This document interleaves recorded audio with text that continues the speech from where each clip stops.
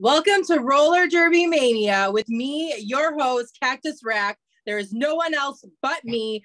Fuck you, Steve. Let's go. Wow. Okay, well, I'm just going to do this then. Just kidding. Just going to We do have this. the lovely Crimson Vixen and that fucking bitch, Marley Quinn. How you feeling, Marlene? Oh, I'm feeling great, Cactus. I bet. Anyways, moving on. And many things. We are taking over tonight. Steve has allowed it for some reason, and we are going to tell you. I'm just 1/4 of the team. It's like being married. I get no say. I just go to work. Thank you. We're going to tell you about Chicago Knockouts Roller Derby and what you're missing out on if you're not coming to the Homewood Auditorium. You know, we got October 22nd. We have November 19th. We have some bouts coming up. And if you're not watching, what are you even doing with your life? Well put. All right, Steve, you can ask questions now. Speak, Steve. You're allowed. You're officially allowed. You're allowed to talk now. I've been waiting for this show for quite a while. Number one, a while back, I got asked to do commentary at Roller Derby. Didn't really know what to expect. I'd seen the movie Whip It, but I also seen an episode of The Bionic Woman where there was roller derby involved. That was when I was a young man. And then I watched a show called Psych and there was roller derby happening there. So I've had very limited quantities of roller derby in my life. And then I went to the HF Auditorium and met these fine ladies at the request of the fine Cactus Rack. And I was blown away to the point where I canceled some bookings so I could be there each and every month, because roller derby is not just magnificent, it's contagious. And I have a feeling this is the next best thing. And when you can identify right away entertainment of that level and you get a shot to get in on the ground floor, doesn't matter where you are, what you do, you make the sacrifices and you get there. So I missed last month, regrettably, but now here we are going into October. I can't wait to be back. I can't wait to be behind that mic. I can't wait to see the chaos. And I'm watching footage from the last show. You know, we got Cactus Rack flipping people and doing wrestling things. What the hell is happening here? She caught me off guard, that's all. And that was you. I'm like, sure that's what happened? That was me. That's her to the point of the flipper. Yeah. What was that, Cactus? Cactus happens to be the person who's best at wrestling on our team. I mean, like, you can pretty much expect the same thing to happen, Steve, this Saturday. We happen to have the best wrestling asset in the entire league. And that's Yep. And it's not hot rod. Fortunately, you guys don't have the best skater in the league, because that would be me. So that's a bold claim, Marley. There's a lot of animosity. There's a little bit backing it up. You know, everybody does want me on the team. I'm on another team subbing because everybody wants me on their team. So I'm not really. I would be careful about your mouth writing checks that your ass can't cash, because you may be fast, but I hit harder. Oh boy! But you got to catch me first. That's the problem. I've caught you. Have I not caught her a few times, Crimson? No, you caught me off guard because you stole my panty, and then I decided to fuck with you and try and rip your helmet off. All right. Well, why weren't you fast enough to get it to Boss? Because Boss wasn't paying. Why weren't you fast enough, huh? You're so fast. Why weren't you fast enough? Boss was the one that was not paying attention in that one. She forgot. Oh, it's always sounds like a little bit of discord between the Twisted Sisters, huh? Yeah. For those of you following at home, a panty is a garment worn on the head to signify important changes in skating personnel, not panties in the conventional sense. So when she said she stole my panty, it was a different thing. Why wouldn't we leave that up in the air? Just totally. Fred's eyes got as big as saucers when she said he stole my panties. So I felt the need to put the brakes and to provide a little, because when that happened the first time to me, I turned to my co-host and went, "What did you say?" In the vein of roller derby hedonism, you did miss back in the Markham days when I stole the panty right out of somebody's bra. So that is still just a solid gold photo that we got right there, guys. Yes. It's been going on since 2018. You missed out on a lot, Steve. Yeah. Now, Red, what do you got? Steve, I'm sure your wife has told you this many a times. You are the killer of dreams. Stop it. Let the ladies talk. Let them say what they say. And let my imagination be my imagination. Hey, Red, would I'm you like to sorry. ask the questions? Go ahead, Red. I have one. good. I have a question. That's Rian. okay. Okay, Rian. Was there panty talk just now as I signed back in? Yes. There's always panty talk with knockouts. Always. God damn it. Okay, let me get the. No, I'm muting myself again. I'll be back. This Saturday night at the HF Auditorium, and if you've never been to the HF Auditorium, it's an amazing place to be. It's an amazing venue for anything. And because the knockouts have done so well there, that people in the wrestling world have caught the fever, and it's just spiraling into this whole thing. And the knockouts showed up Saturday night at Wrestle League to virtually a standing ovation.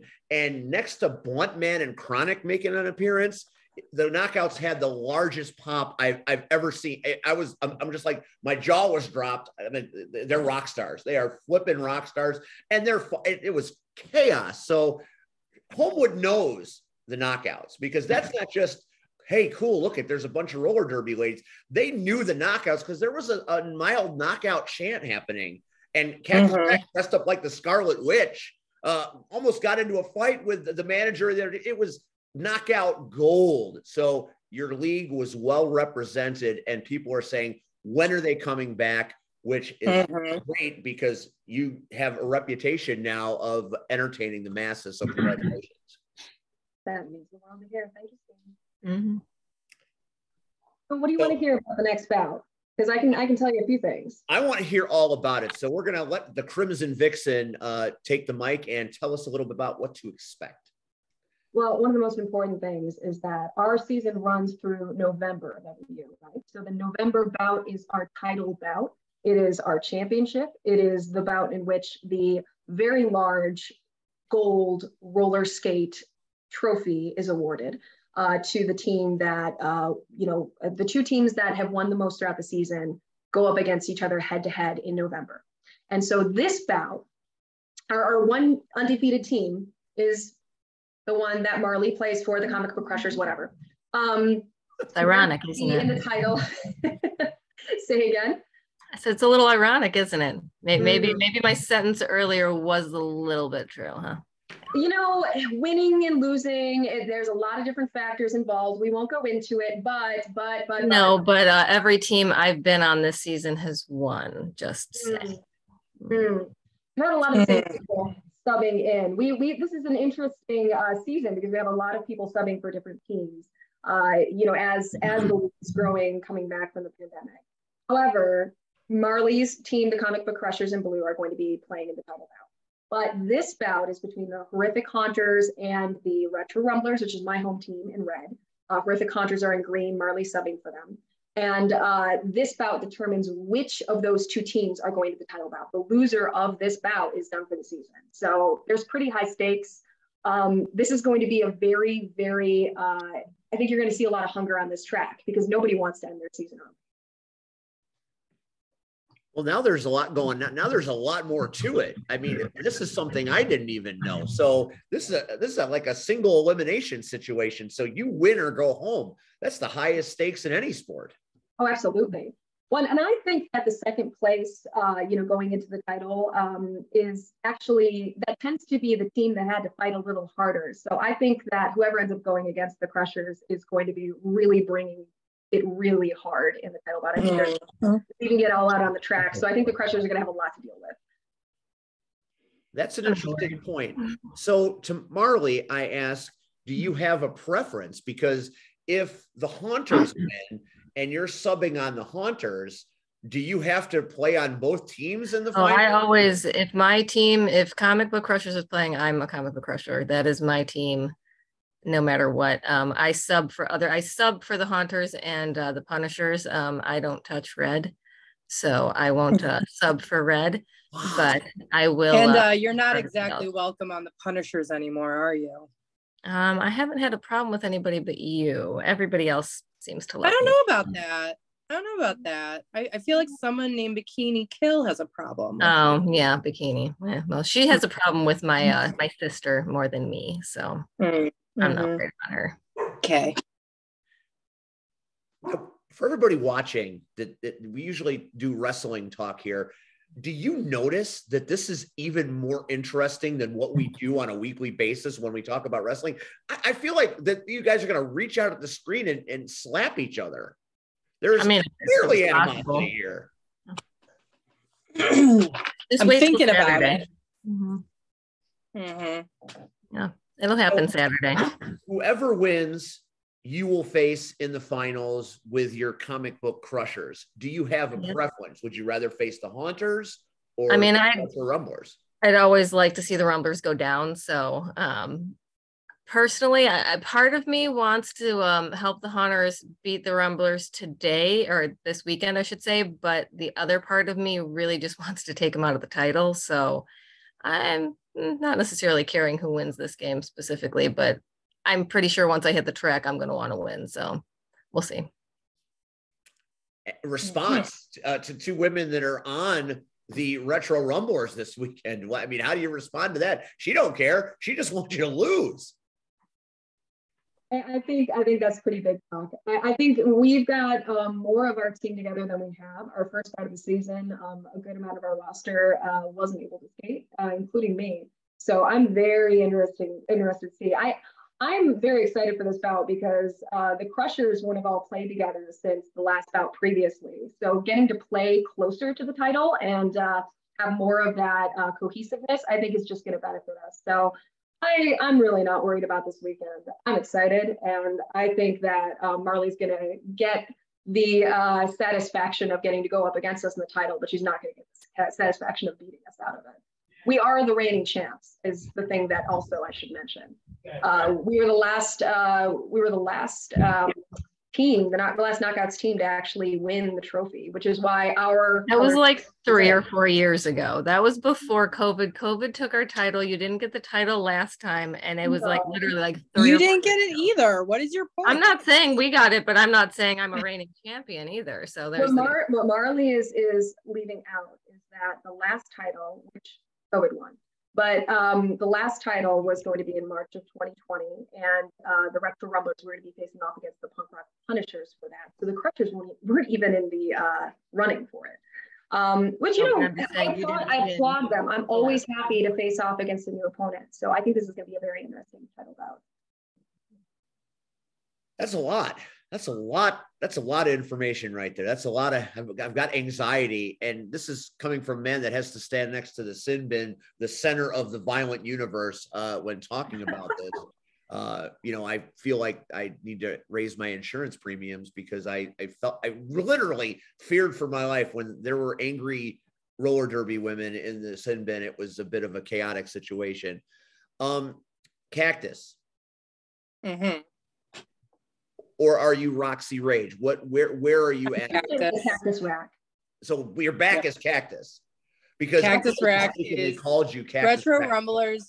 Retro Rumblers is my main team. Cactus Rack is my main thing. So this is it. This is Cactus Rack in all her glory. Well, yes. that's if that's not worth the price of admission, I don't know what is. Mm-hmm. Marley Quinn, Cactus Rack, or whatever persona she was, put you in a bit of a predicament at the last show. And I watched it on video because a young lady said, if you better watch this and catch up in the video vignette that I saw. How did it feel to get taken down that hard? Because that did not look like it felt very good. There was so much adrenaline. I barely even felt it, to be completely honest, at the time. Popped right back up. That looks like you felt it. You got. I don't think you popped right back I felt up. it. I remember having you in a hold for a little bit there until it took both of the bros to save you from me. Okay, well, both we'll see of them. What happens this time. Yeah, I'm sure we will. That was amazing footage. Amazing footage indeed. Do you now have a score to settle with Cactus Rack? Do you feel like she besmirched you by being so physical? Do you now have a score to settle? I have a score to settle with anybody. I don't necessarily care if you're in my way. I'm going to get you out. It's not. Maybe you should ask me if I have a score to settle. Yeah, I think Cactus is the one that holds grudges a little too much. I just beat everybody. Do you have a score? Just you beat everybody? Yeah, I try. That's my goal. Yeah. Mm-hmm. Yeah. Mm-hmm. You're happy to, you know, switch teams without telling your supposed like BFF. Are we getting? Oh yeah, yes, because you didn't do the same thing. You look who you were on when did I do it? When did I do it? When did I do it? What were you playing last time? No. I'm talking about the first. I'm talking about the second season. The second season. I didn't switch to the Punishers. I subbed. I did not switch teams. Yeah. I subbed. Okay. I've never whatever. Teams. I subbed. But you'd never switch. But you're always a haunter. Like I'm always a crusher. For the listeners and a haunter. The listeners at home. I'm not always a haunter. This is the first time I've been a haunter. Yeah, you too. For the listeners at home, because we're going to confuse everybody. For the listeners at home, a few years back, Cactus Rack used to skate as Russian Blue, and she used to skate for the Crushers. So these two used to be teammates, but then Cactus Rack saw the light, came over to the Russian Tumblers, and Cactus and Marley have had beef ever since. There's a lot I subbed on the Punishers. I never changed teams. I've been on the same team since I started with CKO. I have subbed on other teams. You're the one that left the Crushers, not me. I left after you betrayed me, so I subbed on another team. I didn't betray you. You took it the wrong way because I subbed and you thought I was off of. Yeah, that's cool. Whatever helps you sleep at night. Yep. Betrayal is a strong word. What do you mean by betrayal? I mean, Judas betrayed Jesus in religious overtones. Betrayal is a heavy duty word. How did Marley betray you? She knows. Oh, I want to know. She knows. Enlighten us, Cactus. Enlighten us. But you know. What do I know? You want to? Why are you playing stupid? Because I've never changed teams, honey. I've never betrayed you. You betrayed me. Who says that's what we're talking about? No, then I'm going to need to be enlightened as well. Yeah. Well, went off the rails very quickly. Okay, so now we're gonna I'm gonna try to roll it back in just a little bit because not only do I enjoy betrayal, I'm gonna have to wrap my head around that a little bit. I'm always interested to hear origin stories, and we always ask our guests, what made you go here? What made you do this? What got you started? How did you get here to be so passionate about something, to leave all of your heart, all of your soul, all of your energy on the track?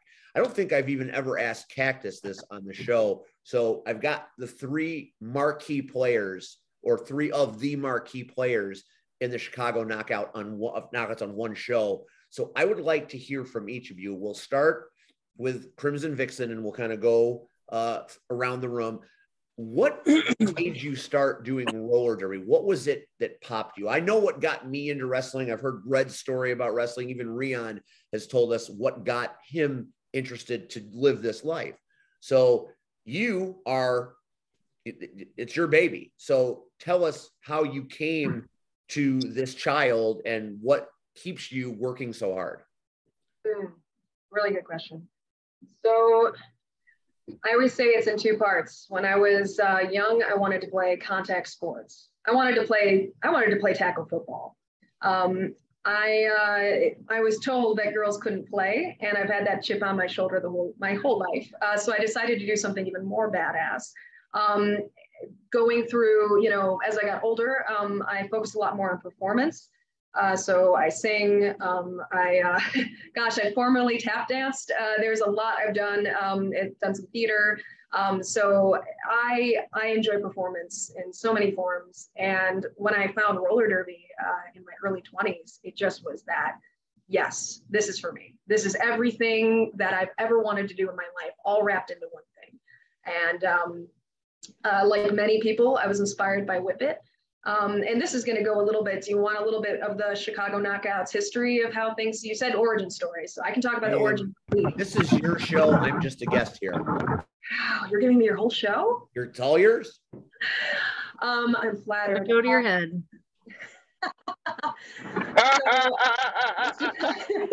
Chicago Knockouts Roller Derby.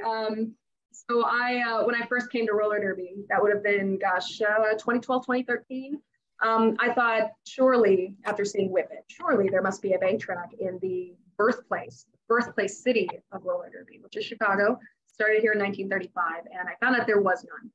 And, rookie roller derby, you're going to see my cat in a moment.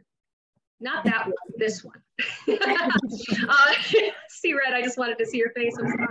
What the hell is going on? What is happening? Rion is lamenting that he's not. You got to go to the real show for that one. This is one of my cats. This is Smoke. Did not see that coming, but there it was anyway. Let's get back to the roller derby though. So the, goodness, where was I? I thought surely there must be a bank track in Chicago of all places. And I found out that there wasn't one. And rookie roller derby player me thought to myself, well, gosh, how does one go about getting a bank track? I even looked it up. The modern construction of bank track is run by an architect. A lot of the modern tracks were built by a man named Bitchy Kitten in roller derby. And so I found that website, which was still up at the time, not really active. And I saw what the budget was. And I thought to myself, I could probably raise that kind of money, but who would I've just gotten started in roller derby. This isn't going to happen. Fast forward a few years, I ended up coaching and managing a smaller team in the area, playing by the more contemporary style. And I still had this big track, theatrical, costumey, racy sort of dream. And so I found that when I talked about what I wanted to do, a lot of other people were interested too. And Chicago Knockouts Roller Derby was born in January of 2018 officially. We had our first exhibition bout, I think it was in February of that year. Our first season later on that year, second season the following year. But one of the most seminal things that happened was a year after its founding, the track from the movie Whip It appeared suddenly on eBay. And everyone I knew who saw it, I remember I was at practice when this occurred, and I think I had 25 messages in my inbox saying the Whip It track's on eBay, the Whip It track's on eBay, because I had talked to everybody and their mother about how I wanted to buy a bank track. That is the ultimate goal of Chicago Knockouts Roller Derby, is to do theatrical classic roller derby on a bank track. I managed to get it. It is currently in storage. And we are looking for a full-blown facility that's able to seat hopefully 500 or more spectators. So definitely looking to grow from what we're able to accommodate at the Homewood Auditorium. And so, goodness, that is the short version. There's also a road trip in there with a truck breakdown, running to Oklahoma City to pick up the track. There's a whole saga involved, but I'm gonna stop there because that could be its own. We're going to have you back for part two.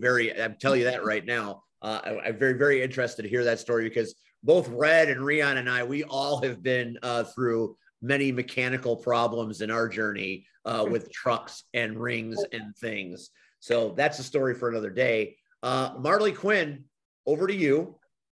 All right. How'd you get here? We kind of talked a little bit about it before we went on. How did you get to roller derby? What got you here? So I've been on skates all my life in some form. I was never on quad skates until I was in my mid to late 20s though. I rollerbladed as a child. As I told you earlier, I competed in figure skating on ice skates. And then in my early 20s, I found roller skates. And I know that I had tried them as a child. I didn't like them. I was a child of the 90s and rollerblades were new and cool. So that's what, you did. But then I think it was actually shortly after Whip It came out because that, like Vixen said, just, inspired everybody and, made Derby something that people actually knew what it was other than, Kentucky Derby. And when I saw that, I was at my local roller rink and I saw a girl in full gear skating around and I was like, oh, she must be a roller derby girl. So I asked her, where she was from and everything. And she was from fairly far away. So I looked online because she had told me about a possible team in my area. So I looked online and messaged the person that was kind of in charge of there. And she was starting up a league And she was only 17 at the time, so she wasn't able to start an adult league, but I went to her like little info meeting. And long story short, me and her ended up starting the league, and I helped her run a league. I ended up running most of it because she ended up going to college, but ran that for about 4 years. So my introduction to Derby was, here's a league, have fun. So it was very intense to begin with, but like it took over my life in the best way possible. I met my husband through roller derby. He played with us. He's now a videographer for CKO. But that was my intro to derby. And back then, derby was a lot more theatrical and more like Vixen said, it was very different than it is now, as far as WIFTA derby goes. And our home games were very similar to how the knockouts are. We were in, different costumes, themed bouts. Everything was very theatrical. So it was completely different than what it is now. And then I ended up joining the league that Vixen was running with Cactus. They were both there, and then ended up in the knockouts when they started that, because it was completely up my league and exactly the kind of derby I enjoy playing. So that's kind of how I ended up there. Amazing. It's funny how all of these stories are different, but they have similarities, which is really cool. Cactus, I've been waiting for this story for a while. Give me your take. Well, quickly before I forget, another guest we should have on here whenever she has free time is that 17-year-old that Marley built. Mm-hmm. Yeah. With. Yeah. Johanna is incredible. I can't even, with all the things she can do and does. Incredible. One of my favorite people ever. And you want to hear about a road trip? I'll tell you about the time we went to Austin to see the TXRD bank track league play and practice with. But moving on, I think I've mentioned on the show that I always wanted to be a professional wrestler. I wanted to be a professional wrestler from the age of 12. I discovered wrestling. It was like when I was 8 or 9, that's when D-Generation X came out and all the boys in school were doing it. And so like they all had their folders with DX on it and China. And I remember like switching through the channels one day and seeing it was when the Cat was China's manager and they were dressing alike. And China came out on the stage and she was shit talking Chris Jericho. And at the time I was very badly bullied when I was younger, like very, very badly bullied. I had like no self-confidence. I didn't feel like I could speak up for myself, which I'm sure is very different from what you know of me today when I don't shut the fuck up. But I was, very, very timid, very shy. And I saw can't even visualize a woman. Yeah, I know. When Vixen met me, I was still pretty shy. I wasn't very talkative when Vixen met me. That's a very common thing I'll say is that people show up to roller derby and roller derby gives you something that I think I think nothing else does to you what roller derby does to you. So that kind of transformation, I feel like everybody can. Yeah, absolutely. You get a confidence out of it. Yeah. That's why whenever I'm talking to someone and they're like, oh, I could never do this. I'm like, yes, you can. You absolutely can. So I like the dream for me was I was going to be a professional wrestler. And then I ended up getting Osgood-Schlatter's because I played volleyball. I ended up getting Osgood-Schlatter's, which is when your bones grow faster than your muscle, because as you know, I'm like 8 feet tall. And I wasn't necessarily immobilized, but it was too painful for me to be as active as I had previously been. My knees swelled up really badly. Sometimes they got to be the size of football. So like during high school, I kind of like, gave up a little bit. There was, I don't know how deep into the story I want to go, but essentially, I just think you need to know where I was to where I am now. I was sexually assaulted my senior year of high school, and the police and the school told me it was my fault, and I completely caved in on myself. And I stopped getting dressed up. I gained 100 pounds in a year. I let people treat me like shit for years. I ended up, and I didn't think that wrestling was something that someone like me could do. I was fat. I, you know, was in sweats all the time. I was like, there's no way that someone like me could ever make it in wrestling. And I stopped watching. Like, it's something I just gave it up. It's like, it was too painful for me to watch. And then I got married, and he was, you know, like, it was while I was married to him that roller derby started kind of like crackling in my head. See, the joke is, like, for everybody that's like, oh, I learned about it because of a movie, is I read so much that I have always read the book before the movie. So I read the book Whip It before the movie came out. And so when I read the book, that was like the first time I was like, wow, I want to do that. Like, it's not wrestling, but I think I can do that. But at the time, there weren't really any leagues in the area, because this was before I even got pregnant with Hazel. So this was like 2007, 2008. It was like a while back. There wasn't a lot around here. And then I finally divorced my ex-husband. And I was floundering really badly. I didn't know who I was. I knew that I needed to be a stronger person for my daughter. And my friend Candace Kawai, she was also very shy, and she wanted to find something she could do. And so she found the Vixens, and she was really nervous about going. And I was like, well, I'll go with you. And I went with her, and I stuck with it. And I mean, she stopped going after a few months. She went NSOing, but I just kept going, and I kept going, and it changed my entire perspective on myself. It changed my life. And then the knockouts has been like, I've said before that wrestling is my first love, but roller derby is my true love. Like, I'll always love wrestling. I always love watching wrestling. I like managing, but like the way I feel when I'm on the track, like, there's nothing like it. I had a mental breakdown a couple of years ago where I was having panic attacks constantly. And the only time I felt normal was when I was on the track. Like, roller derby is like completely and utterly life-changing. The end. Now you all know a little bit more.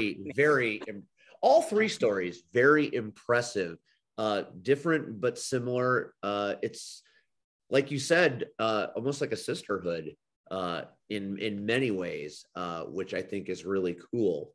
So here we are. Homewood loves the knockouts. I'm gonna tell you a little story real quick. I was mowing my lawn after the last show, the one I was involved in August, and I'm mowing my lawn, and my neighbor and his wife are out walking their dog. And you know, I know my neighbor enough to say hi, but I don't, you know, it's, you know, very pleasant, casual, but nothing of any kind of gravity. So I'm mowing and I wave and they say, stop. So I stop and, hey, how you doing? And they're like, I have to ask you a question. And I'm like, yes. Were you doing commentary at the roller derby show on Saturday night? And I'm like, as a matter of fact, I was. I love it. They had the best time. And we talked for a half an hour about, they just saw an ad for it. They went, they didn't know what they were, and they said they loved it. That's the reaction this town has. And that's only one isolated story, but you know, I've lived here my whole life. I know a lot of people, and the general vibe is that you will have no trouble putting butts in seats because everybody wants to see it. So the best compliment I can pay to you, all of you, is you have a spirit and you have a entertainment value that is absolutely magnetic. And once you get a little taste, and you could see it Saturday night when the knockouts came out with Andy and with Louie, there's a magnetism there, and it's just something so special. And like I said, people are saying, well, why are you not working here? And why are you not working there? Why are you canceling your things to do roller derby? It's quite simple. When you know something is great and you get a taste of it, you need it, you want it. And that's what you're doing to the people. And that's what you certainly did to me. So, you know, on behalf of all of us, thank you very much for your efforts. Believe me, people are noticing, and you guys have changed the arts dynamic in Homewood completely, because that building, nothing ever happened there. You guys have changed the game, and Homewood is better off as a community for having you in it. That's the truth. That's you know, people say, you know, we're our job on this show is to put you over, to hype you up, to make you larger than life, because that's what we do to all our guests, because all our guests are larger than life. But you have had a profound impact on not only your community, you've had a profound impact on me, but every person that was at Wrestle League Saturday night was impacted, and they were talking about it. So roller derby is which Saturday? It's this. No, it's the 23rd. Make sure you get your tickets. So there's a buzz in Homewood now. And you know, there's, you know, people are talking about Rabid Room. God, these people are, it's the community you have created with the vendors and the people.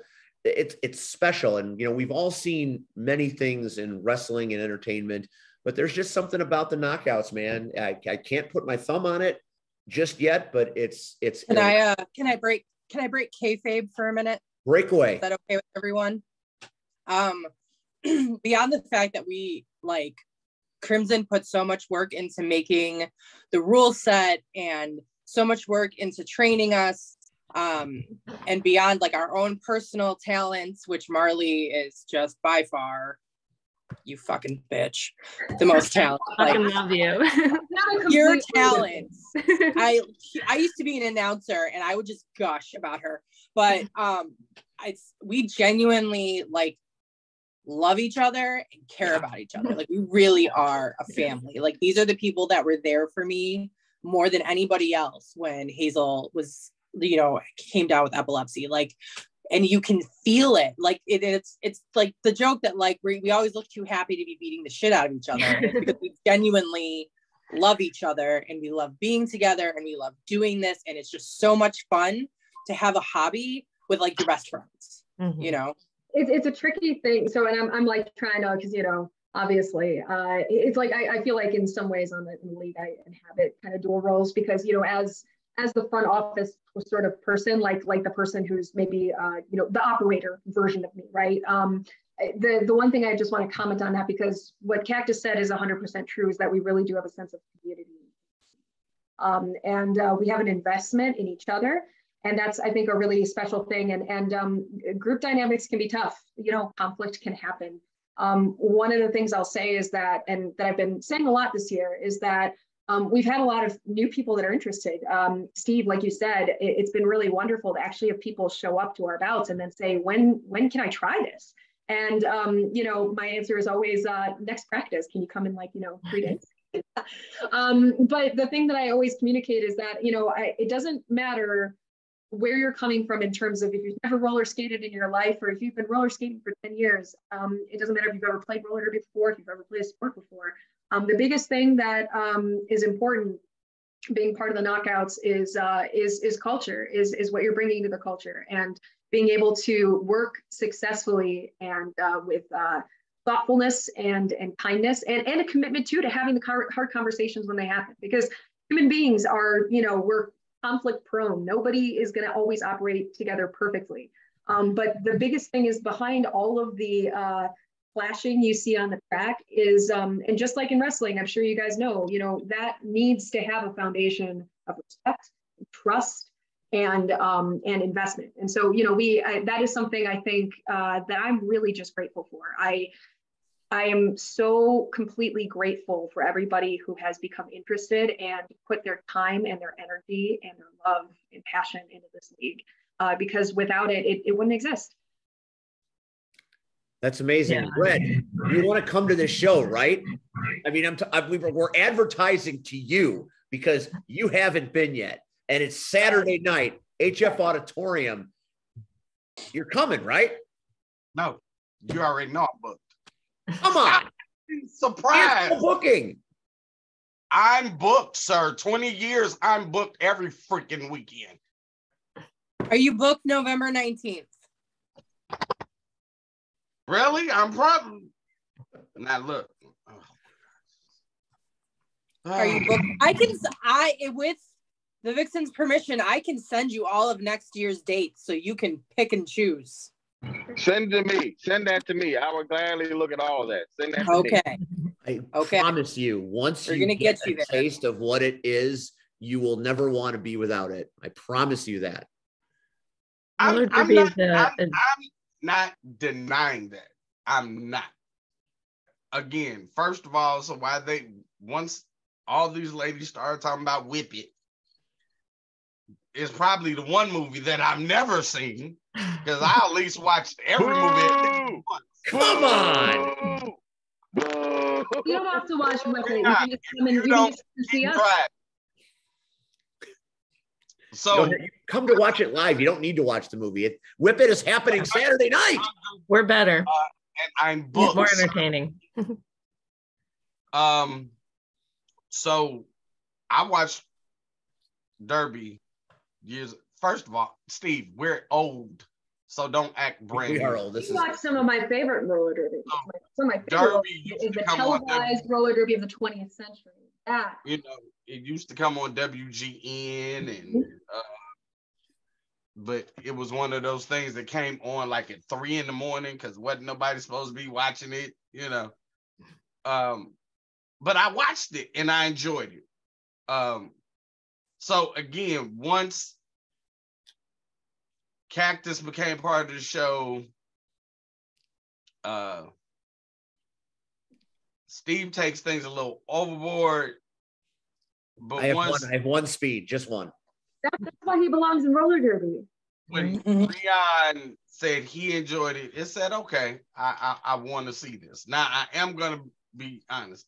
So again, by this date, colliding with a show that I've been looking forward to, I enjoyed pre-pandemic, and I knew it was coming back. Like, I'm heartbroken. But I have to.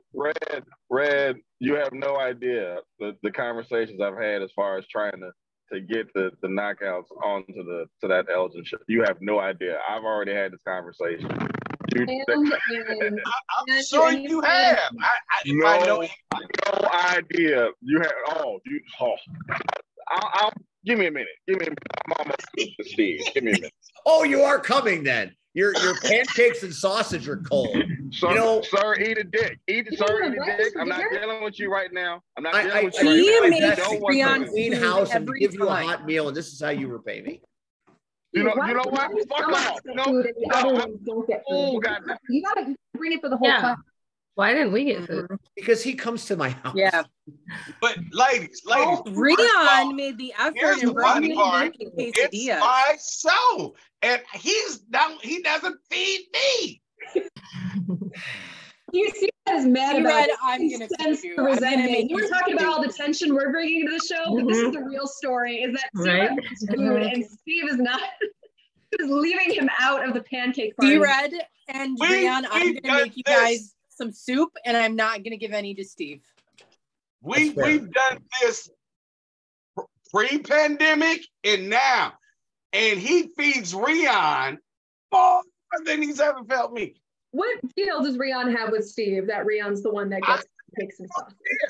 But hey, you know what? I'll tell you this. I'm in the main event on October 30th at IPW. I'm going to get killed. I might not make it to December, but I'm still the main event.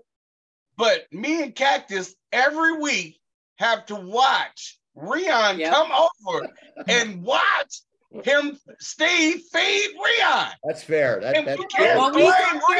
start. I tuned in weekly now. I don't always get to watch the whole thing because I do not have enough free time is what the problem is. But I do notice that every single time Rion's eating, I just thought he was bringing his own food. No. This is a fine plate of vittles. I mean, this is prepared with love, but that's now it's. It doesn't matter how it's prepared, but guess what? Watch this, Cactus. Do you have a plate of food waiting for you? No, I don't either. Okay, so let's back right up off the food. Let's just move that. Let's compartmentalize. You can't take the heat. I can take the heat. That's all I get is heat. That's all that there is. What else would you like to know about roller derby? Because wait, Hold on. I think Marley was trying to say something a few times and we all just talked over her. Oh, I was gonna go into the dogs gushy out. stuff. I don't know if I should be doing that anymore. No, go ahead. Do Come on.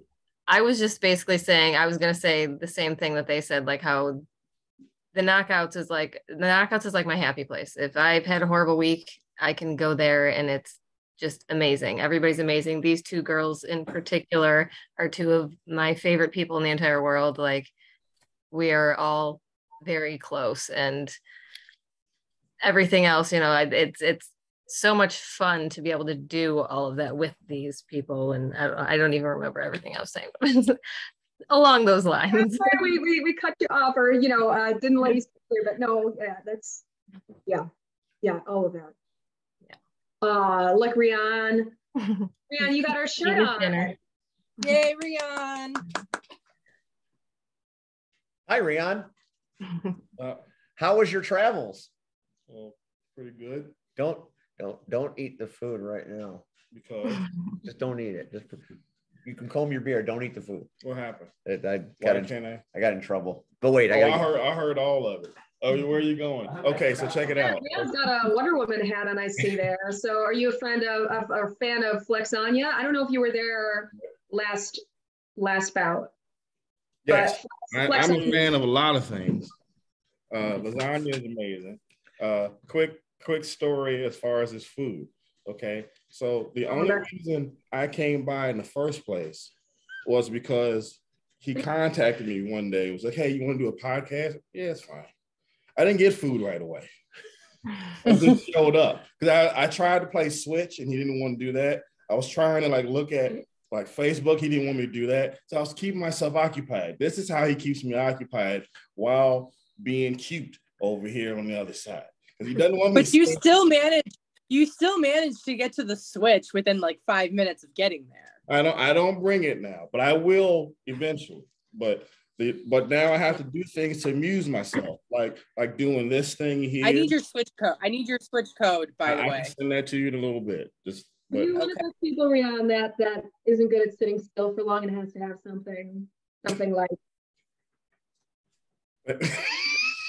I would feel like playing with things this whole time. I'm the same way. I've got little things going on that you guys can't see. Yeah, I get shamed for it. I'm sure it's very noticeable that you have a Switch. Marley's got weapons of mass destruction. This and fixing this and doing this. Can't sit still. First of all, Steve has never paid attention. When we first started this show, we did this in the studio. So I had no choice but to sit up and do. I'm not used to, if I'm here in the red world, first of all, I'm ready to go back to bed. Second of all, I'm ready. If I'm not in bed, Steve knows how I am. You chose this life. You chose this life. What was happening? You chose wrestling. It was a great idea. Come on. So it's like, okay, and I haven't eaten. So he knows I'm irritable. So why would he always offer Rian food? Don't wave because I can wave too. No, that's a timeout. You have to complain like I do because I complained so much that Rian made me chicken quesadillas and brought them to my house. No bullshit. You gotta complain. That's how you get there. No bullshit. Did that. But see, I'm not a complainer. I'm the one that'd be like, fuck it. Oh, I'll complain for you. Rian, and then I'll leave. Quesadillas. It's not fair that we don't get fed. Steve, I'm hearing that you know what? We should protest. We should protest next week's show. If we don't get fed, we're not coming on. We're not doing it. There we go. The drama. You bastard. The roller derby you bastard. Is exciting. Narratives here on the podcast. When we finally get around to the Roller Hocus Pocus podcast, which hopefully will be sooner rather than later, we got to have some weird trope like this. Okay, so we're going to continue along with roller derby hedonism as opposed to pancake hijinks. tell everybody, and I'm going to pose this question before he comes back and ruins everything again. I'm going to pose this to you. Tell these people that are watching going, well, this is entertaining. I mean, they're great stories. Red's upset. There's food. Why should they be in Homewood Saturday night? Let's start this time with Cactus. Cactus, why should people come to see the Chicago Knockouts this Saturday night at the HF Auditorium? Because everyone wants to see my butt. Can't argue with that. Yeah, I'm not gonna argue with that one. I think that's hard to put Marley's on board for that one. Sorry, I got to admit it. Yeah. Yeah. Everyone wants to see my butt. Question. Mm-hmm. No red. No red. Don't do it, Red. Red. I can come Saturday. Oh, you can't. And see your butt and not get in trouble. Everybody sees my butt at Derby. If you haven't seen my butt, a lot of people's butt at Derby. Yeah, there's lots of butts around. And I don't get in trouble. No, they're just hanging out. Yeah. Okay. Just out there. I gotta think about this booking now on Saturday. Thank you. But see, you're thinking about it for the wrong reasons. It's and some of us. That's not a wrong reason. What is wrong with you? That's not a wrong reason. Marley Quinn. Yes. Why should people come to see you beat people up? Because they're faster than everybody. There's literally nothing better that you could be doing on Saturday. There really isn't anything better to do in Chicago on Saturday. Yeah, that's fair. Sorry. That is fair. Sorry. That is fair. Ms. Vixen. Yes. Tell the kids why they should come Saturday night to see the knockouts. Because roller derby's for everyone. It's a good time. It's a good fucking time. I mean, it's just that's what it is. It's a good time for everybody in that building. Like you, the energy. You are gonna go home with a smile on your face. So all ages too. God, I mean, it's so much fun. You don't have to understand the rules to enjoy it. I'm just gonna say that. I mean, and the rules are pretty simple. You can probably get it within a night. Like if you got a little cheat sheet that we hand out to everybody. But it's fun. You get to see people hitting people down on roller skates, and you get to pick a favorite team and sit on the side of the building and cheer when your team's winning and boo when the other team's doing something. It's great. And afterwards, if you're lucky, you get to meet us. Yeah. Take a picture with us, get our autograph. If I haven't booked it out of the building as soon as it's over. Or try to go get food. Yeah. Also, we're gonna have tamales from Bizarro and Son, which is a local. They themed the tamales after the teams. They did. Do you understand? Sorry, I got very excited. My heart grew 3 sizes when I saw that. Like they theme it every single time, and I didn't ask them. It sounds like something I would ask them to do, and I didn't ask them. And I was like, we're just same wavelength. This is so great. And then Rabid Brewing, as always, is coming out with their beers, and they have something different every single time. So even if you were there last time, you'll get to try out something new. I recommend the Lycan. It's delicious. They were a Wrestle League. So if you were a Wrestle League, you might have had their beer. Yes, that is so true. Now I'm going to tell you why you should come to the Knockouts Saturday night. And I'm going to sum it up like this. Here's the show flyer. Take a look in all its glory. Tells you everything you need to know. Retro rumbers, referee time, place, how much are tickets. Why they are awesome is this. Where is it? This is the wrong one. Hang on. Whoa. There's another one that's better. Yes. Stop. On Steve, I have a flyers, question while you search. We know these colors are for Christmas, but shut up. That on a flyer is the greatest. I mean, that's magic is what that is. You know that people put that shit on a flyer mean to entertain you, and they mean business. So I don't know why. I don't know what happened with the flyer. I don't know why. I thought I had this locked in, but not to be. I was fazed by the pancake situation. So that I am in distress right now that I got yelled at by everybody. So Steve, December is our winter break. So if we didn't had a bout in December, it would be the Retro Rumblers and the Red Condors because it's Christmas colors. But just by luck of the draw, there's always gonna be 1 month per year that Christmas comes early. Yep. And this time it was October. And Christmas is my favorite holiday, so this is perfect for me. So, I mean, the great thing about roller derby is everybody is a character. So from the minute that people are introduced, it's not just Jan Smith and Betty Thomas. No, it's Bikini Kill, it's Crimson Vixen, it's Marley Quinn. Everybody has a personality and a character. And did I hear that there's a costume contest potentially happening at this particular show? There is. And oh goodness, a little behind up now. We're going to post about it a lot in the next few days. Yes, please wear your costume. It's October. It's the spooky month.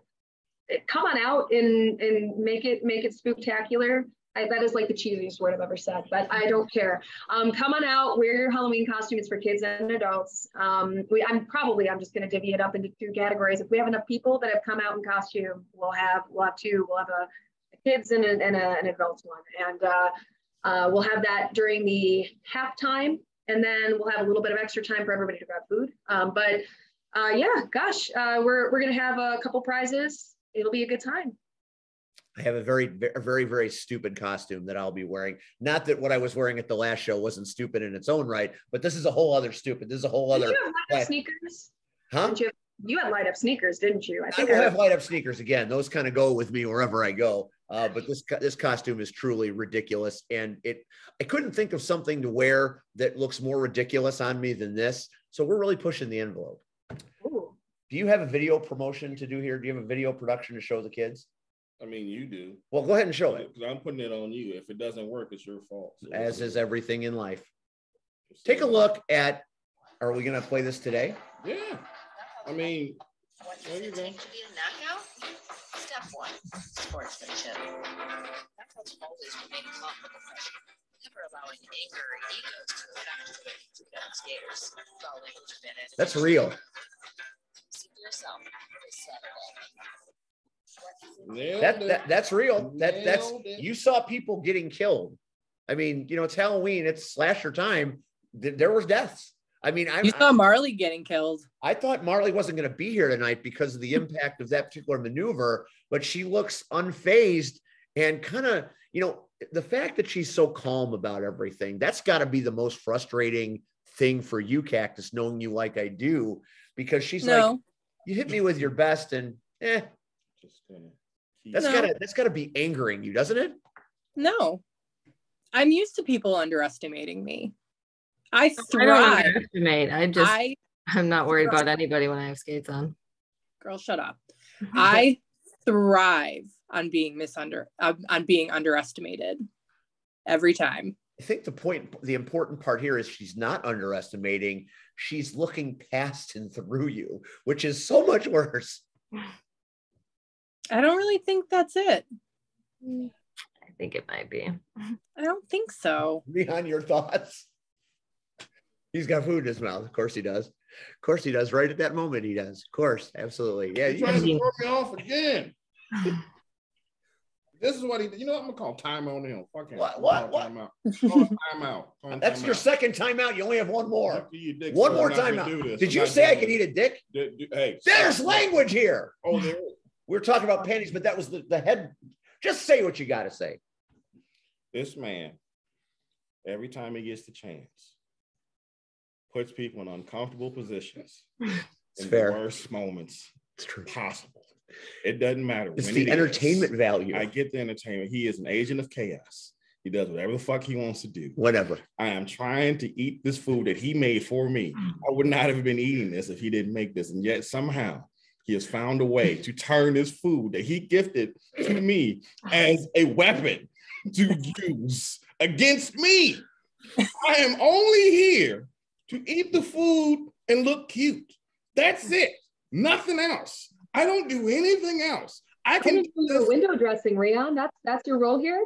Mm-hmm. What? Yeah, that is. I thought I was here to look cute. And call timeouts. This is not a timeout. This is not a timeout. And call timeouts from time to time.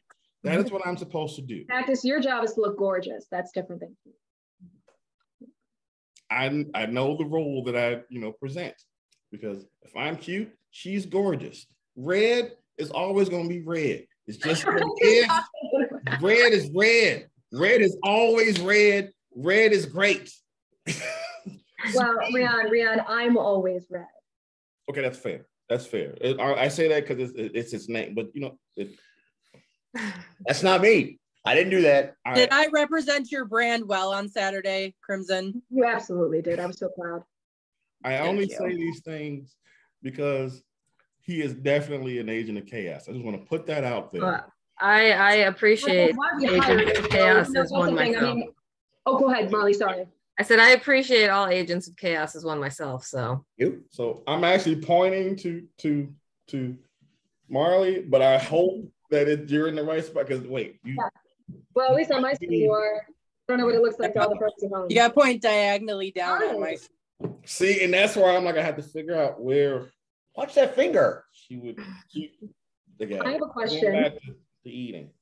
I have a question back. Am I allowed to do that? Yes, please ask a question. Okay, so I have a question. Well, C-Red has disappeared though. So for all three of you, except for Cactus, because Cactus, I know who your favorite team is. It's the Rumblers. But I'm curious since, so Steve, I know you've only been at one bout, but you all know the 4 teams of the Chicago Knockout, right? I'll say them for everybody. So we have the Retro Rumblers in red. We have the Horrific Haunters in green. We have the Comic Book Crushers in blue. And we have the Punk Rock Punishers in purple. And I was curious if all three of you had decided on a favorite team. Do you have a team that's your favorite? And Steve, you are allowed to be biased as an announcer, I should mention you, so it's fine. You can just tell us that your favorite team is the Retro Rumblers. Yeah, the Comic Book Crushers, because we're the best. Okay, so let me go first, because this is not a fair question. What?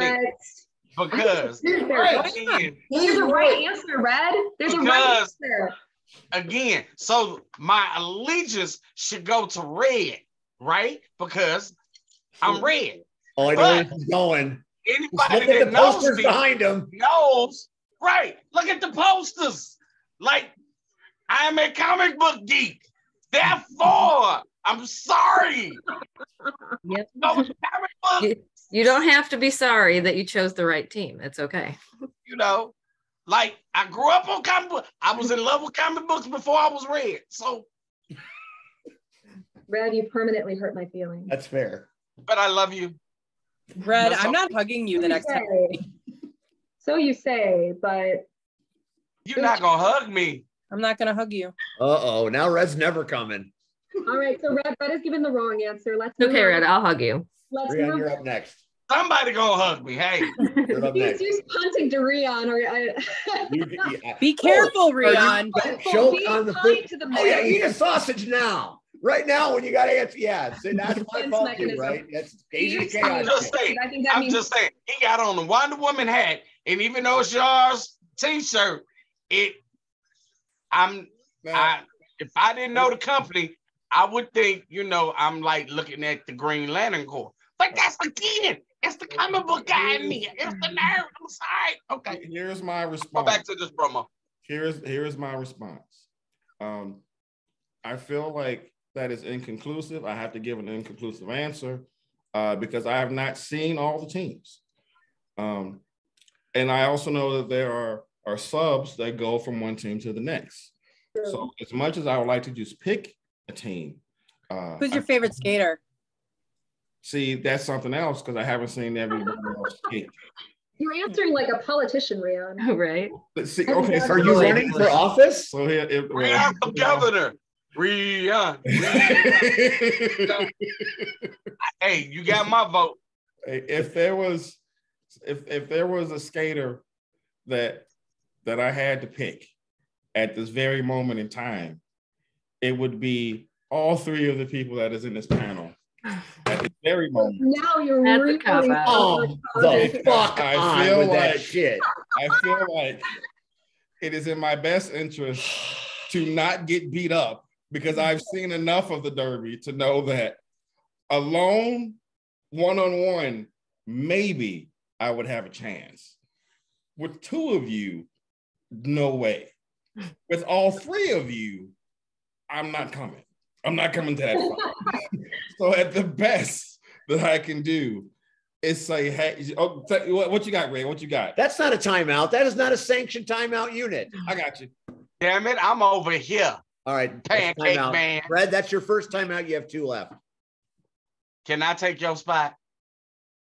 What you talking about? Who's looking at? Rion, can I take your spot? My spot? Yeah. And what, the ass? What Beat up? Yeah. Oh. Okay, now hold on a second. You gotta put skates on first.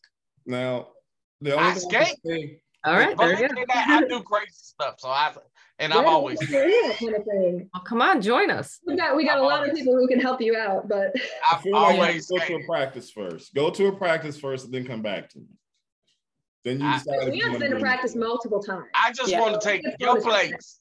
You said all 3 of them, right? Mm-hmm. I don't think you understand how many knockouts there actually are. There are a But great we're not talking about all of them. We're talking about these 3, right? Okay, just these three, because they are here. We're talking about these 3, right? Yes. Rion, you remember that song like Heaven Must Be Like This? There you go. Will you be saying that when you're spitting out your teeth? They're going to kill you. You don't understand. You have this vision of love. I mean, I've been great, yes, but violent. People express love in different ways, Steve. That's a yeah. There was a. I like to express it with my weapon. No. Stand up. What? Out my business with them 3. Just between us. Red, seriously, you gotta. Steve, you haven't answered. Yeah. Right. He avoided. I answered everything correctly, might I add. He's trying to throw the 2 and 2 under the I answered, but Steve is avoiding. I'm not avoiding anything. I just am waiting my turn. What's your favorite team? I'm very much. Go ahead. What, Cactus? I said it's your turn. What's your favorite team? All right. So, Rion, really quickly, this is my cat. So you can get your mind out of the gutter. That's a. I was driving. So I didn't know what was See, if I had to have a euphemism for my cat, it would be an Arby's beef sandwich. So what is happening? let's be real here. Welcome to the knockouts, Rion. I'm sorry, I thought she said Arby's beef sandwich. But I just said. Is that what she said? She did, but I just said. There's a whole a whole lot that you could invest in that answer. Okay, so I've had a chance to see a couple of the teams perform. I saw I believe it was the Horrific Haunters because they were in green taking on the Punk Rock Punishers. Those are the 2 teams that I have seen. Stunning, athletic, violent as fuck. I'm choosing my words carefully here because there were some situations that when they hit the ground, it looked very uncomfortable. So there's a lot of violence here, and there's fights, and it's not like a hockey fight, where the hockey, they pull the shirt over and there is a fight. It's a fight with bad intentions. And even Hot Rod Daddy Andy tried to intervene in these fights, and Hot Rod Daddy Andy was about to get his ass kicked. And then Cactus would go off on a whole other route because of that. So there's a lot of precariousness in these things. Of the ladies here, Cactus Rack is a force of nature on that track. And Marley Quinn is the fastest thing I've seen on wheels that you don't have to put a key in. Careful, Steve. Careful. She flies around that track. I'm denying it. Okay. Style and grace, to be sure.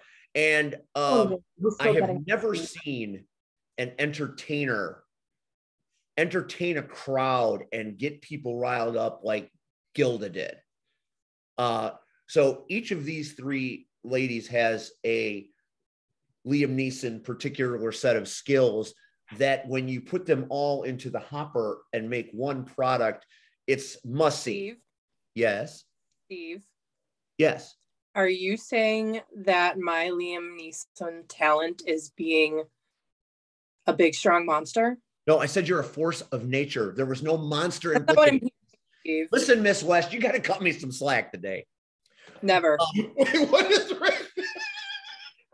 Because he's avoiding this damn question. Right. He dancing all around Answer the question. No, Answer it for me. Damn answer. I was giving you, so I'm going to explain why I'm going to vote for this team.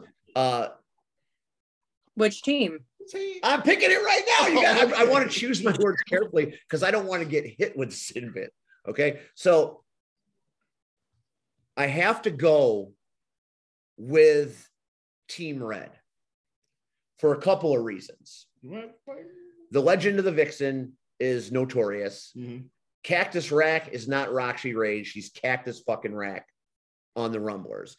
And Marley is fast and agile and everything you would want in a skater, but she has got two sharks swimming looking for her, and two always goes over one. So I have to go with the Retro Rumblers because... Well, you have fun on Saturday trying to explain that. I just call it like I see it. I think they're all amazing, but I'm wearing red on Saturday myself. So you do with that what you will. Don't you dishonor my Predators, though, Steve. I do prefer Tigers, but I agree with everything you just said. I'm a honey badger. What? I'm a Capricorn. I'm a honey badger. You say Capricorn? What is happening? Why are we talking spirit animals here? Oh, what is happening? Okay. I want to get final thoughts because we're going to talk about a few other things after this is over. First of all, we're so happy you guys came on this show tonight. We've wanted to have you for a while, and I'm happy you took the time, especially the week before About. I got a big wrestling show happening Friday, but rather than book a guest from that particular company, I was extremely motivated to have you guys on for a very, very important reason. In this business, in the wrestling business, that is, it's very easy to be put in positions where you're taken for granted and taken advantage of. And, we do a lot of work at no charge. We don't get paid for much of what we do. And you're giving effort to your company that you work hard for and receive very little acknowledgement. I have worked exactly one knockout show and have been embraced by the community in ways that I'm still looking for in companies I've been working for years. So when they ask me, well, why are you not working at the places you usually work at to go here? The answer is very simple. I like the way it feels. Your actual community came and talked to you. That is correct. I need to actually get you into some promotional material or something. This is just perfect. And if I can, Steve, can I put on my operator hat for a moment to speak a little bit? Please put on your operator hat. You're an operator and a skater. One of the things that was really important to me when I kind of formed the knockouts. There were a lot of things that I had learned from having been in roller derby for the amount of time I already had, which I think was about 5 years. And, there were things I learned about entertainment. There were things I learned about, training, with skaters. And there were so many things I was able to kind of pull from experience and from listening to those around me. But one of the main things is that I had also endeavored to try and fill multiple different roles throughout roller derby to kind of understand what it's like from different perspectives. So working as a referee, working as a coach, working, like a bench coach, working as a non-skating official. And there are a lot of different roles to inhabit. And something that I noticed is that, unfortunately, depending on where you're at, some leagues did much better than others, but the leagues, to your point, where I liked to volunteer was where everyone was embraced. And that's such a huge, important part so that was a huge thing that I pulled into Chicago Knockouts from the beginning is that I wanted everybody to know, whether you were working the front door as the cashier, whether you're, you know, on the mic, whether you're refereeing, is that everyone is part of the show and everyone is part of this. And there's no one who's more important than the other. We need everyone to be part of this to make it wonderful, to make it great, to make it a good time. And so I just will say that thank you. Like, I am grateful that you feel that way. And that's really heartening to hear. And so, and always let us know if there's anything we could be doing better. There you go.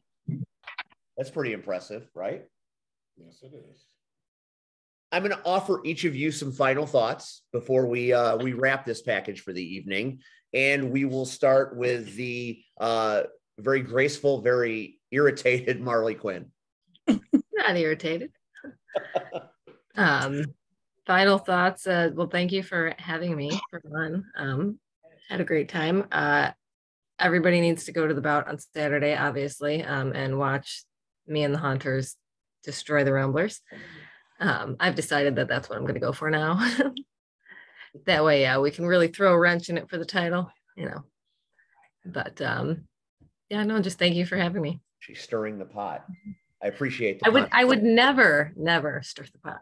And nor would I. I don't know what this Agent of Chaos stuff is. I am not a pot no, maybe no, you two post the podcast together sometime. There's no pots being stirred here, just friendly conversation. Cactus Rack, your final thoughts about the upcoming situation? Well, my final thoughts in general are: last night you called me old. Today you called me a monster. And that is not fair at all. And that I is love not you. True.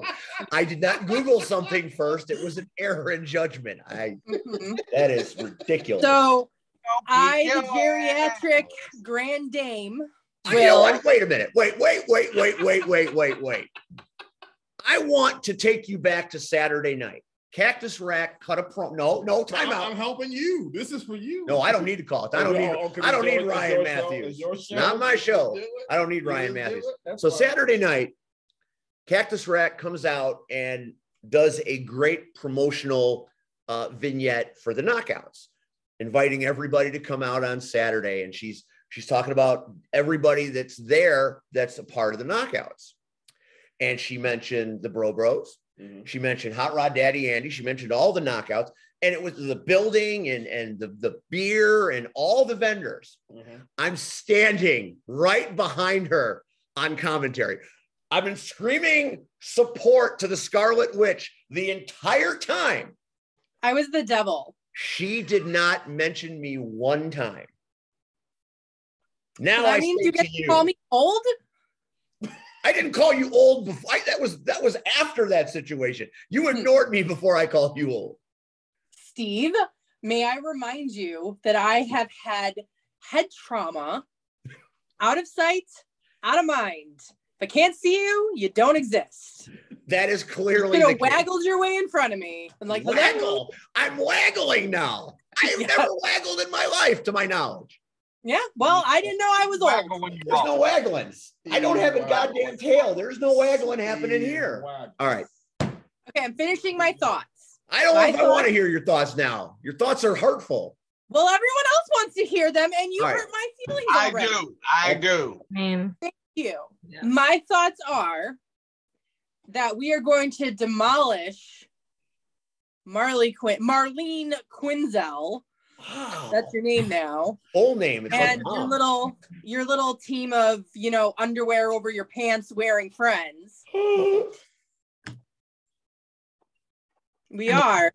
And we are going to go to the title bout. I was going to say, I'm playing on the pick a day to be there. Doesn't really make sense. Oh, if people's putting, I've heard the word panties, I've heard booties without underwears. Why am I not at these shows more often? I'm just trying to figure out what am I doing with my life. Why have I spent my time? I'm using my last one. Oh, come on. You've never used 3 timeouts on a show before. All right, Rian's calling a timeout.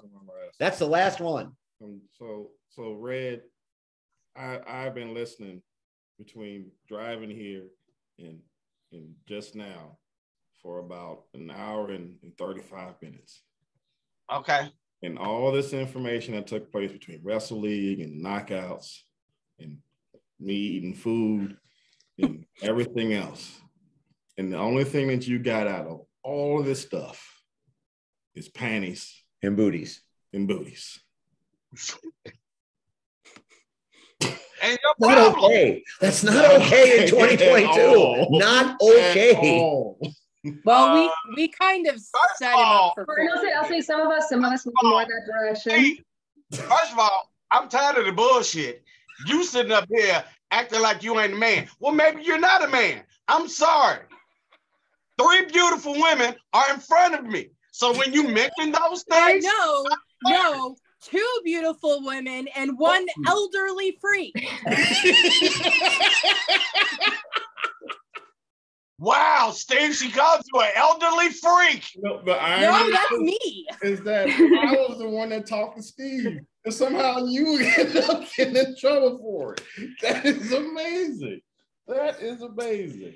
Well, this is. You don't have to be a man to be attracted to a beautiful woman. That's fair. That's. I have found that far more women than men have been attracted to me in my life. Far more women, even women. Bring it back. We forgot how to bring it back. There's no way to bring it back. Bring it back. I'm done. I got notes. I got scolded by everybody. Okay. Welcome to the knockouts. Were those your final thoughts, or are there more? Very gay. Vixen did not give hers. She means happy. You're happy, Steve. You're happy. Bring it back. All right. Thank you for your final thoughts, Cactus. They were a delight. Ms. Vixen, final thoughts? Well, the Retro Rumblers debuted this season in our first bout of the season, but I was not able to skate with them. And now I am. And so I am, and I feel that I always do a little bit better coming in off of, I don't know, something of it's Cactus, you said something about being underestimated. So if anyone thinks the fact that we didn't win our first bout means we won't win this one, they don't know our tenacity and the heat that we bring. So I'm very excited for this to be the first of 2 wins for the Retro Rumblers, because we are absolutely taking that title this season. That's laughable. Okay, so it's on this Saturday night, the HF Auditorium, the Chicago Knockouts. There's bad blood. You've seen it. And the winner of the bout this Saturday night will go on to November to battle for the vaunted golden skate in the final show of 2022. Very exciting happenings. Knockouts, thank you so much for sharing such great stories with us tonight. I have enjoyed every moment of this. It's everything I hoped it would be, and much, much more, because you showcased your brand tonight amazingly. You okay, Red? Red's dying. He's sad that the show is in. I just think he was trying to trip me up, and he succeeded very, very effectively. Okay. Oh, beautiful. Thank you so much, Steve, for having me. We will love to have you back again, because I just feel like there's so much more I want to talk about the history of the 3 of you, and we'd love to have other knockouts on here as well as 2023 begins. The Power Hour, we want to be a part of the Knockouts experience. So we're going to have many Knockouts-based shows along the way each month. I'd like to bring a few Knockouts in to talk about the various shows. You really want to see C-Red lose it? No, what I really want to do is I'm heading into the Derby. The show is going to be Derby oriented. He ain't even been to one yet. Do you understand? We're changing the direction, because the direction is worth changing. That's the beautiful part. Okay, it's past my bedtime, and I haven't seen my kid for more than 5 minutes today, so let's go. Okay, so we are going to say goodnight to the Knockouts. We're going to say goodnight to Cactus Rack. So you guys have a great night, log off, and then you and me and Red have to talk about CSW, or I'll be fired before I'm ready to quit. Make sure you mention that I made my debut on Saturday. At Wrestle League. Yes. You did. I was talking about it. I mean, I was there even though you couldn't see me. I just I had no clue. Even though I was, insignificant in your strategy. I mean, I'm old. I got cataracts, I guess. Yeah, cataracts, my asshole. Yep. Anyway, knockouts. Thank you so much. Marley Quinn, the skating phenom, the boss lady, Crimson Victim, and the mighty Cactus Rack. Thank you all so much for being Crimson on here tonight. Try again, Steve. What is she? Right. You heard what he said. Vixen. I said Vixen. You called her Vixen. No, Vixen. Oh, for You said the Crimson Victim. Yeah, I heard it. I didn't have my. I didn't. You're trying to do Marley's work. Somebody else just said they heard it. Whatever goes. You said we're your favorite team, but it sounded like you were trying to give Marley fuel. I think he just knows. You crack me up, Red. Hi, Eddie. Here's to the knockout. Hi, ladies. Thank you. Hey, there's the camera. Videographer. Hey. That shit looks good because he's there. Yeah. Here's a toast to the knockouts. May your bouts go on forever. Man. Here's the funny part. We love you and thank you for being on our show tonight. Thank you. I love you too, though you think I'm old. Should have done that before Cactus started talking, but it is what it is. Good night. Good night, Cactus. Good night, ladies. We'll see you Saturday. Thank you so much for your time. Thank you. Thank you all. Have a great night. You too. That was the Chicago Knockouts. And they did just what they always do. They knocked us the fuck out. Knocked you out. Knocked you out. You guys fucking let me down and let me roast as per usual. What were we supposed to do? All we do is let you just keep the rope going. All right, so moving on real quick. This Friday night, Franklin Park, Illinois, Chicago style wrestling, Chicago horror story. Eugene's there. Mm-hmm. So you have Eugene, you're bringing him in. Everybody loves Eugene. Mm-hmm. You love Eugene. Mm-hmm. Red, you love Eugene. So who's fighting Eugene? Chris Miller. Everybody hates Chris Miller already. They chant Chris Miller sucks, and they're going to have him try to beat up Eugene? Red, what's your pick? Chris Miller. And Rion? Chris Miller. Feels right. Feels right. Eugene's going to... There's no way Eugene loses that match to Chris Miller. Chris Miller. Feels right. All right. In a matchup that has got a lot of interesting stories about it, Team Babushka, featuring Eric Schultz and Bombshell Shelley, will take on Cypher and Heather Reckless. Now, apparently, Heather Reckless purchased Cypher at an animal shelter and brings him out on chains. Shelley and Schultz, that's a whole other... The Team Babushka, Shelley has brought something to Chicago style wrestling that it's a wackiness and a sense of there's something going on with Team Bushka. So I don't know what Schultz and Shelley are going to be like as a tag team, but Cypher and Reckless, that's weird. What are your thoughts?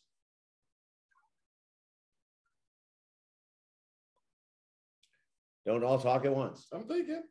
You won't talk. I'm thinking. Red, who wins that match? Team Babushka or Cypher and Reckless? Babushka. Oh, you want my pick? I do. Babushka.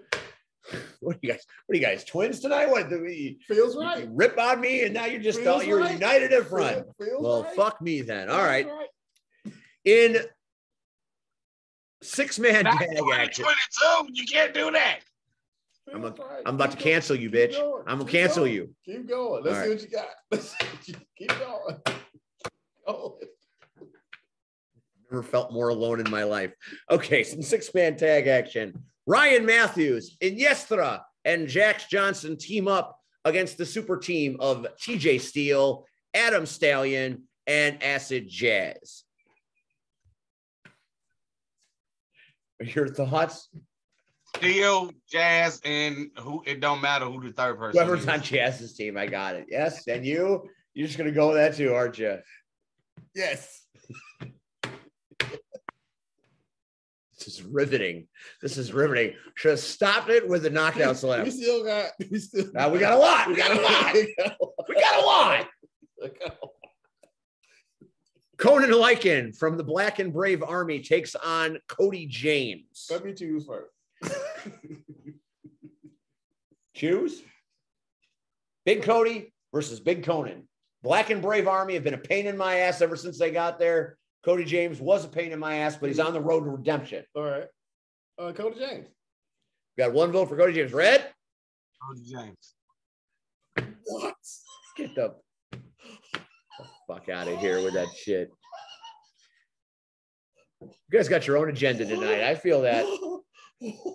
This can't keep happening. That would be weird. That would be. There's no way that we could be on the same page through this whole thing. That would be nuts. Strangely, I feel that it will probably happen though.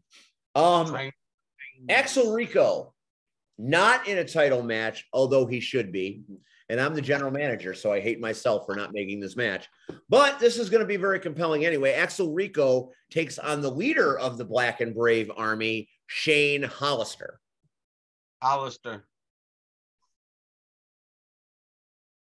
See, here's the part what's happening right now. You know that you want to pick Axel, but that motherfucker said Hollister. So now you're going to say Hollister just to piss me off. Go ahead and say it. Go ahead. We're all adults here.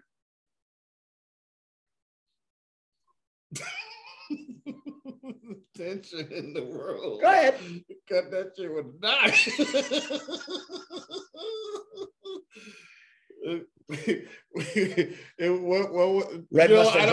I don't remember who he picked, so I'm going to say Hollister. Yeah, right. Yeah, I don't remember. And that was off the top of the head. Yeah, I know. It's amazing. It's amazing. Ooh, I don't even know. Huh? That's amazing. What else you got? Well, you did that one already. I did. So this is the next one. In what should be a dual main event, we have the heavyweight champion, Joey Jet Avalon, defending his title versus the Metro champion, Steve Boz. Hold on. The BOZ versus the JET. Did you get this? Hold on. I'm waiting. I think. Joey. What? All right, Joey. You picked against the Boz. Windy City. All that bullshit. Dreamwave. All that bullshit. And you picked against the boy. You picked against the boy. Is this a Windy City production? It is not. Is this a Dreamwave production? My knowledge, no. Therefore, Joey. All right. Okay, so I know where this is going. So I already did the clap. So I'm gonna go with Boz because I don't want no troubles. Oh, so now you're just doing it to do it because you don't want to get on Boz's bad side. That's why I did that's exactly why. That is exactly why. I'm gonna see Boz next month, but what you want me to do? That's exactly why I'm doing it. Hey, Joey has the upper hand. Is Joey a belt, a shovel, and a woman? It's four pieces in play versus Steve Boz. I'm sorry. At 2 places. Let's not forget about Kimmy Zilla and TJ Steele. Plus, shovel. I was an honorary Bruise Brother for a night. A shovel. Didn't Backwoods talk about that last week? Yeah. You do not pay attention. So Boz might think he gonna get a treat and wind up getting a trick upside the head. And finally, in what is going to be upside the head. Upside the head. What? Upside the head. What? What's happening here right now is I've got Jay and Silent Bob happening right here, right now. That's what that makes me Dante, and I'm not even supposed to be here today. Snoochie Boochie, Snoochie. Keep it going. This is going to be the most involved I think we'll ever be on this show. Real quick.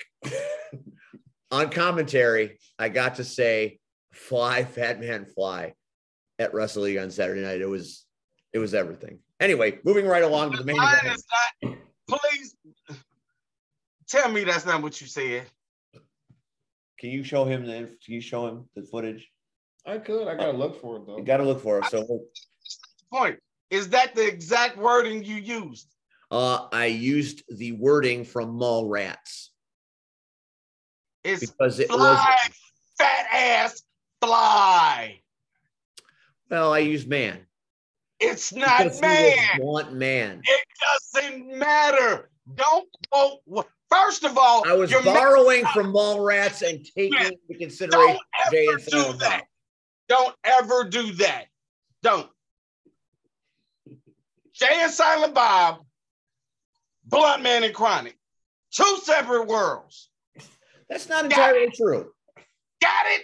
Look, there is not a planet, a universe, a multiverse where you can out Kevin Smith me. It's just not happening. Ain't happening because clearly it can. Ain't happening because you didn't get the damn line right. Don't make me go lion face and then lemon face, okay? Really? That's not a warning. That's a spoiler. That is fair. That is fair. Is there another match? There is another match. In a TLC match, that's tables, ladders, and chairs. Mm-hmm. Oh, we have Alpha Zeta Zeta, the Black and Brave Army, Marston, and Boucher. Then we have Big Mood and the champions, the Dope Kings. That's 8 human beings and a lot of chairs, a lot of ladders, and a lot of tables. And Red left. And the bad man. That was weird. What did he say? I think Red's going for 37 in a row. What did he say? He just kind of popped up and then went back down. The bad man. Bad. What teams? That's not it's the Dope Kings, Big Mood, Alpha Zeta, and Black and Brave. There's no bad men here. Who are the bad? I don't know. He's gone. I'm gonna go with the bad. I think he's doing calisthenic. I'm gonna go with the bad. I don't know what that even means. He's gonna come back up for air in a minute. He clearly knows of another team that had shown up. He's He's got a one-hitter going there. Is what he's doing. I think. If it's the bad man, then I guess we're going with the bad man. He clearly knows. The evil guys. The evil guys. There's no evil guys here. So you can. I mean, Black and Brave, they're evil. Fucking your life up for the past few months. How about that? Oh, the guys that the Black and Brave. Yeah, all right. So he's going. Red's going with Black and Brave. At least you know that he's paying attention to you. I don't know what he's doing though. Doesn't matter, but at least you know he's paying attention to stuff that you say. So yeah. Who are you picking? The bad man, I guess. The bad man, of course you are. All right. This Friday night, Franklin Park, it's going to be an amazing show. It's the penultimate episode. So after this, there is only one more CTW show before the CSW. Did I say CTW? Yes, you did. I meant CSW. You do a lot of stuff, so it's okay. I do a lot of stuff. I'm looking to get so we have roller derby on Saturday. We've got CSW on Friday, but we also have Nightmare on a Street in Elgin. Mm-hmm. Talk about it. Talk about what? Nightmare on Chicago Street. On Chicago Street in Elgin. Yeah, it's a B-movie festival that takes place. Well, it used to take place every year before the pandemic. But now it's back. Now it's back. Blackula is going to be there. Maybe. No, I have got a good authority. The Blackula is going to be there. Did you talk to Blackula? I talked to Blackula. I said, Blackula, you going to be there? And he said, goddamn right. Blackula said that. And he said it just like that. Said that. Blackula said that to me. So when Blackula shows up at this thing, I'm just saying, I've got a good authority. And I'm going to ask him if he shows up. Blackula and I are tight. If he doesn't say Blackula and I are going to be tighter than If he doesn't say you goddamn right, I'll be really pissed. I'm just saying, he knows that very popular in Elgin is the Blackula. Yes, he is. Very popular. Yes, he is. Women love the Blackula. I don't even know where you're going. I'm just saying. They love Blackula and the steaks. When he goes there, right? Right. Okay. What do you say? Go ahead and say it again. Say it again, sir. Are you going to be Shazam? When I go that route. You ain't no Blackula. That's what you got out of that. You ain't no Blackula. That's what you got out of that. He said he don't be Blackula himself. That's what he said. There ain't no Blackula till he be Blackula. That's what he said. I'm Shaft now. You are not Shaft. You come on. Are you Shaft for real? Is that gonna happen? You're supposed to say, I set you up to say, you damn right. There will be a B movie festival, horror festival on that day. And the villain's going to be there. And the Mrs. Villain. The Mrs. Villain? Yeah, the villain and the Mrs. Villain. The Roths. The Roths. I caught on to what you were saying. Yeah, it is a wonderful time. It's the only reason that I am not going to be at the knockouts is because I will be helping with IPW to incorporate our set of skills to that particular ordeal. It is a wonderful. If you have any idea as far as just regular outside festivals in general, it is completely over the top. It is walking through a live action movie. It is. And the best part is you guys are going to have some sweet ass weather on Saturday night. The last time that we did this was in 2019, and it was cold. It's not cold this time. It was very cold. It was like in the 30s, and it was raining. It didn't get cold till later. It started out nice. Oh no, you're right. It was cold at the end because that's when the storm came into play. But I don't think there's an actual storm. No, it's supposed to be 71 and sunny on Saturday for the most part, and then the low temperatures are supposed to be in the high 50s.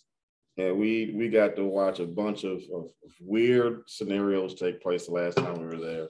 We got to hang out with Svengoolie for a little bit, just being able to travel amongst the streets and just seeing all the people there in costume, out of costume, look like it's almost as if you're walking through The Walking Dead and the Jason movie and Nightmare on Elm Street. I guess that's why it's called Nightmare on Chicago Street. But it's just a bunch of these horror scenarios thrown at you.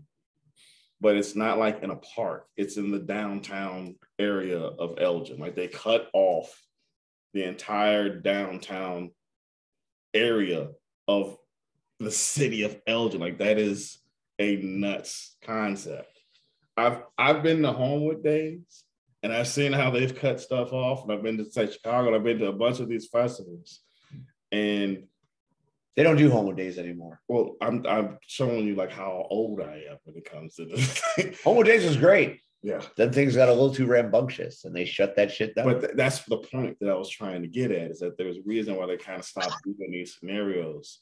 And Elgin was like, no, we like all of that. So like we implore it, because the worst thing is that we'll just send them to the casino or we'll send them down the river. And that's not, I wish I was joking about that, but based on stuff that we saw the last time, there's a lot of stuff that just happens in this area. When I say that they shut down the city, like it is down. Like they just, no one gets in, no one gets out. I mean, people will get in, but no one leaves until, it's time. It is an amazing scenario. It is amazing. It's the only reason I won't be at the knockout show. It's because I'm going to. I almost didn't make it back in. Ooh. That was hilarious. He went for a cigarette. The last time he went to go smoke something, and he had to find his way back because they started quarantining the streets. No. So what happened was, where I parked, I went out, and so I didn't bring my cigarettes in. Mm-hmm. Mm-hmm. So it was like, okay, well, I'm not going to worry about it. I'll just, I'm figuring I'll be able to walk to the car, walk back, whatever. And so I walk out and I tell it's a cop. It ain't a security guard. It's a real cop. All cops. And I'm like, I'm going to smoke a cigarette. He said, okay. Now he was there for check-in. I want to make that clear. He was with us on check-in. I go to the car, I smoke my cigarette. I'm probably gone maybe 6 to 7 minutes, maybe. And I walk back. Same entrance. Different cop. And I'm like, he's like, where are you going? I'm part of you can't get in. But I'm part of the show. You can't get in. Like, dude was not having it. And if it wasn't for the cop that was there and he just happened to walk past and he was like, oh, he's cool. I told him he could go out, but I told him this was the only time. After this, he was done. I didn't go, no. I brought them cigarettes with me and clutched them babies all night because I knew wasn't no walking back to that car. You walk back to that car, you gonna pay to get back in. And that's kind of messed up when my wallet was in there with the rest of my gear.